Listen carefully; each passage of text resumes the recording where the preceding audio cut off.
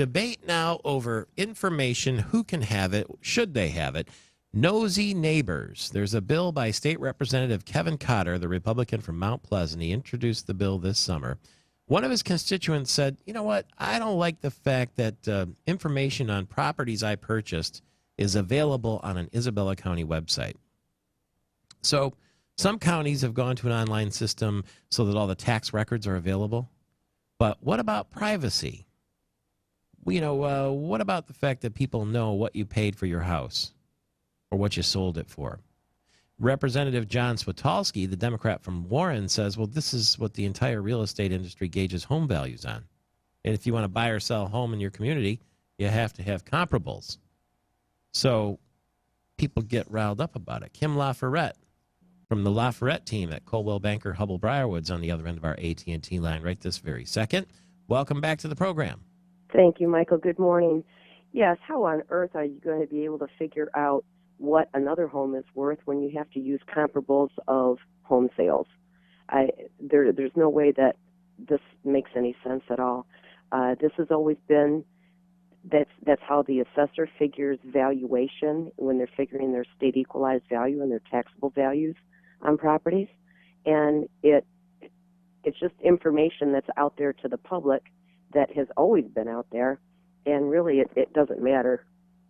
I don't see the issue personally.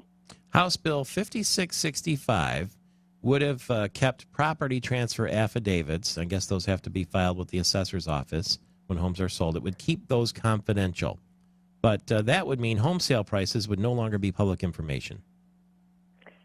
Well, how on earth are they going to keep that confidential at the assessor's office when it's published in the multiple listing service what it sold for? So this, it's creating more paperwork because they're going to have to file the one paper that says what it sold for, keep that confidential, and then have another paper come out that you're still going to be able to get a rough idea. If you were to look at the state equalized value or the taxable value, you can get an approximate idea of what that home sold for anyway.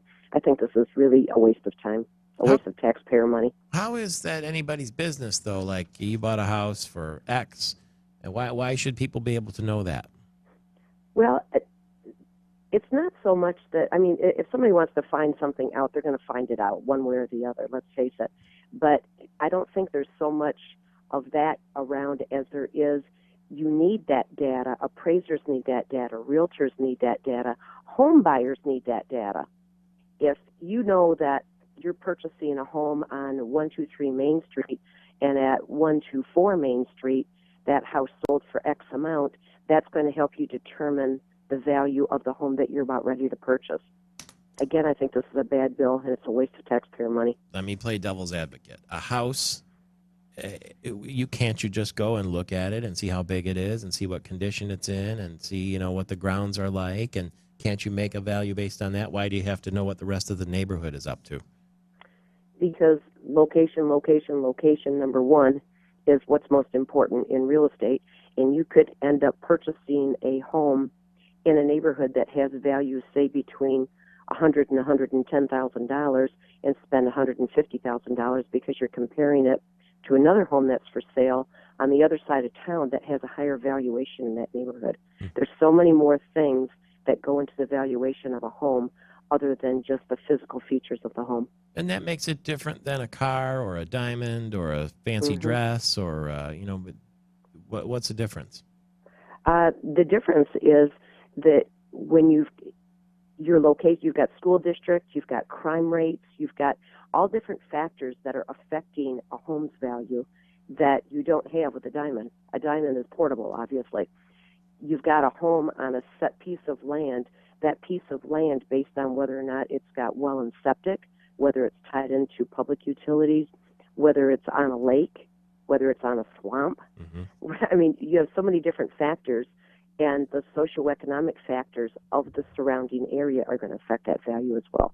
So if I wanted to right now, I could go online and probably find out what you paid for your house. It would be hard, because they only started keeping records on that Well, I'm sure they had records on it, but they only started publishing it online on the software probably within the last 5 or 6 years. I see. So it would be hard to find that out. But if you were in the past 5 to 6 years, not so hard. It'd be pretty easy to get.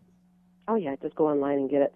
But you could also Tony Cuthbert, how much did you pay for your house? Well, let's see. How much did I pay? I don't know. I'm not telling you. You're not telling me, are you? I don't even know if I remember, actually. You don't want to tell anyone, right? I paid $120,000 for my house, but it was 35 years ago. The question is it paid off yet? Almost. See, that's how it goes. Kim Lafayette, Coldwell Banker, Hubble Breyer with the Lafayette team there. When you have